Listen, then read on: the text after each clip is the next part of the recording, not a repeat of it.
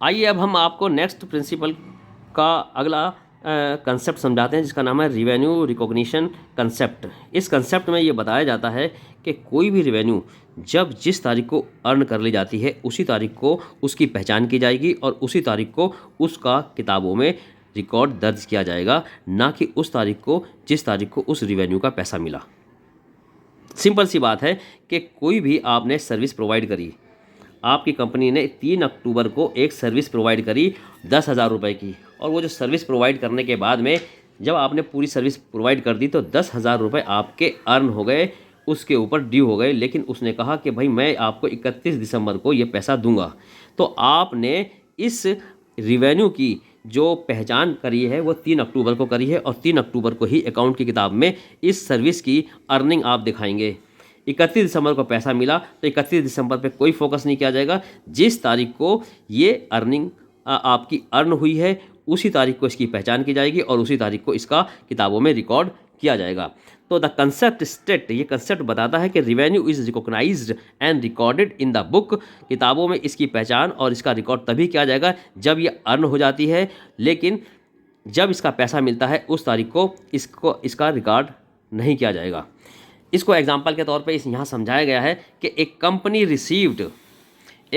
ने रिसीव किया 1,00,000 रुपया एडवांस फरवरी के अंदर एक कस्टमर से माल को डिलीवर करने के लिए कि माल हमारे पास भेज दो, हम आपको 1,00,000 रुपया एडवांस फरवरी में देते हैं।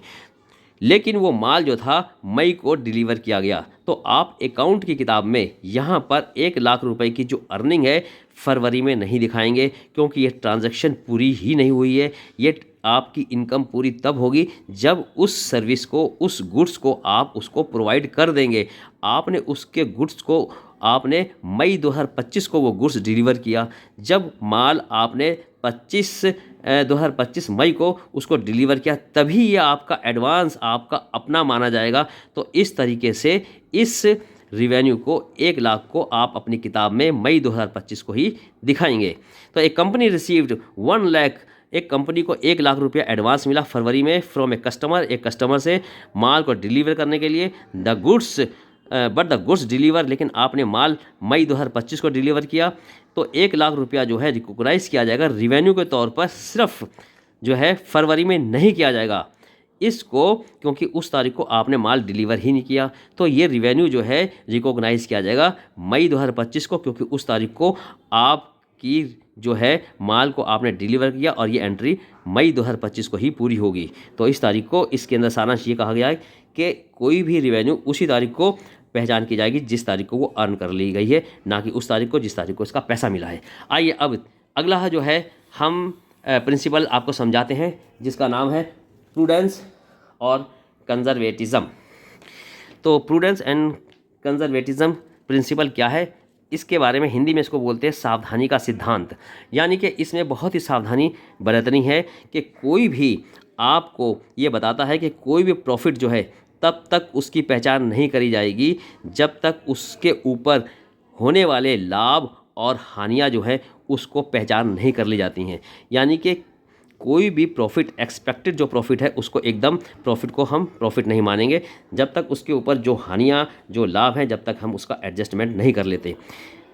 It tells that expected profit should not be recognised, ये बताता है कि कोई भी होने वाला प्रॉफिट उसकी हम तब तक पहचान नहीं करेंगे जब तक उसके ऊपर होने वाले सारे लॉसेस और सारे एक्सपेंसेस जो हैं उसकी हम पहचान नहीं कर लेंगे। उसके ऊपर होने वाले एक्सपेंसेस और लॉसेस का जब तक हम एडजस्टमेंट नहीं कर लेते हैं तब तक हम उस एंट्री को दर्ज नहीं करेंगे।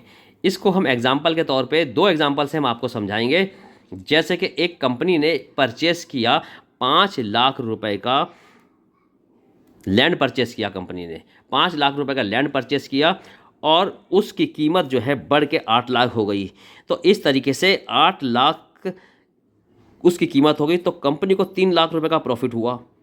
यानी कि तो 3,00,000 रुपए कंपनी के जो है बढ़ गए, लेकिन ये कंपनी 3,00,000 रुपए का प्रॉफिट के रूप में अपनी किताबों में एंट्री दर्ज नहीं करेगी, क्योंकि ये लैंड जो है अभी उसने बेची ही नहीं है।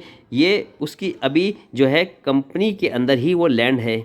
तो जब तक ये लैंड बिकेगी नहीं, एक्चुअल रूप में अमाउंट आएगा नहीं, तब तक हम इसकी कैलकुलेशन लाभ की कर ही नहीं सकते।